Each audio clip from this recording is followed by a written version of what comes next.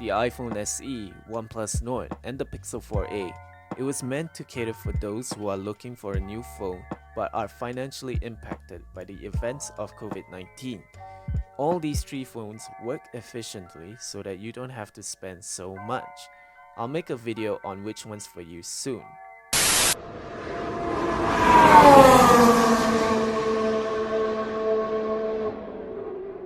Hey, Formula here. So previously I did a video expressing why these three smartphones are redefining what is essential.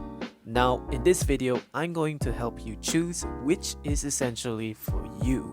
But before I get to the first smartphone, I want to let you all know that the prices that be shown here won't include shipping fees and taxes. So subject to the availability depending on your region and whatever online stores you're browsing on. The final cost of your phone may vary. Also, I've never got a hands on these phones, so my opinion is a collective summary of the smartphone reviews that I've watched from the tech YouTubers I have known. So before you buy, watch their reviews as well and evaluate your decisions from there. Without further ado, let's get to the first smartphone. I'm gonna start off with the most premium of all the mid-range Holy Trinity. It's premium build that encompasses metal and glass design, check. 5 years worth of software updates, check. Has dust and water resistance, check. Has wireless charging, check. Physical home button for your user's face, check. Fortnite. That's one of the downsides of owning an iOS.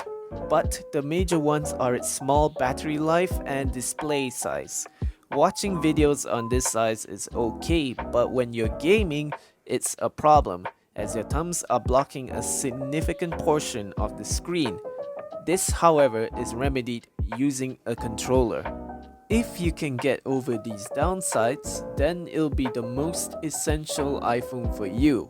One of the benefits of owning an iPhone SE isn't just about the extravagant Apple privilege, but for the price of a 256GB iPhone 11 Pro Max, you can buy an ecosystem of Apple products.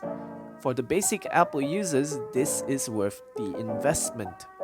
Oh, for the Android users who wants to give a try entering iOS, the SE isn't recommended for you. This phone is for established iOS users who just want the iOS essentials.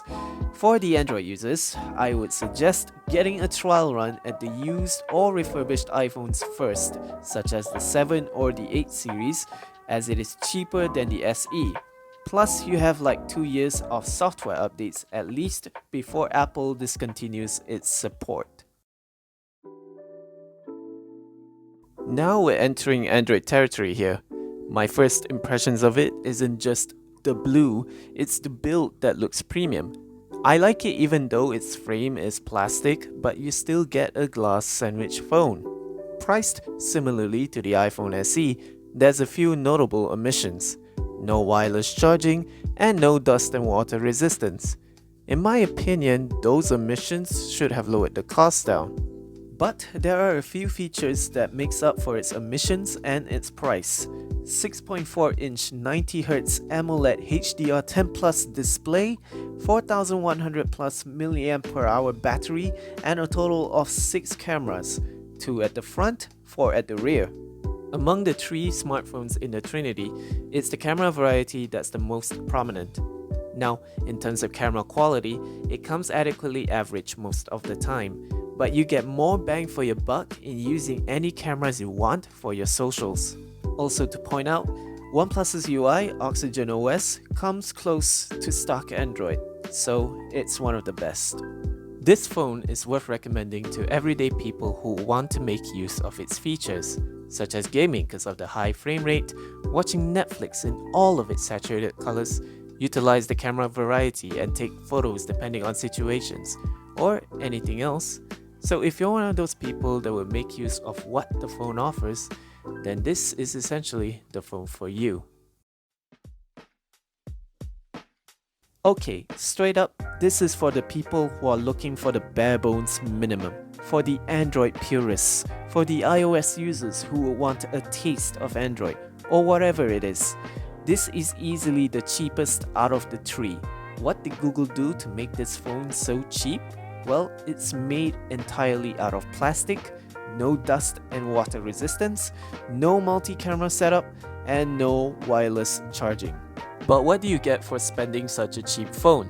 You get stock Android software, a headphone jack which the Nord and the SE don't, and the most impressive of all mid-range Holy Trinity, the camera.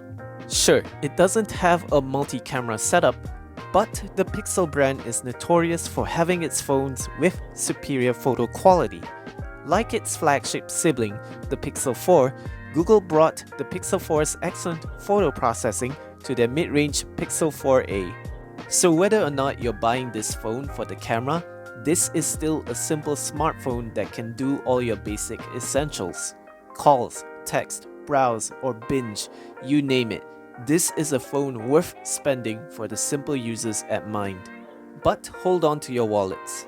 If you want something a little bit better but still cheaper than the Pixel 4, Google confirmed that the Pixel 4a 5G is coming this fall with the price of $499 US. However, final specifications have yet to be revealed soon.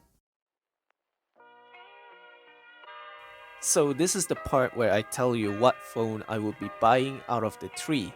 Well, I can't say, cause I can't afford these three and I'm not earning any money to buy it.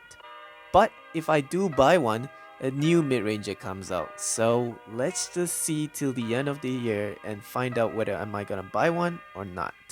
But what I can say is this, out of these three, whatever phone you buy, they'll perform the tasks which are essential in your daily life.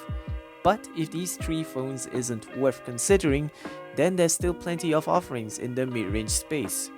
Phones such as the Vivo X50 Pro, Oppo Reno 4 Pro, Poco F2 Pro are some to be considered. Still, times are tough. Buying the latest and greatest is now well beyond our means to afford one. But buying the most efficient and affordable fulfills the essentials. Till then, thank you for watching this video. If you've enjoyed this video, please do leave a like and do subscribe to my channel if you want to see more from me. Don't forget to practice safe distancing and please wear a mask. Hope you all stay safe and I hope to see you soon. Cheers.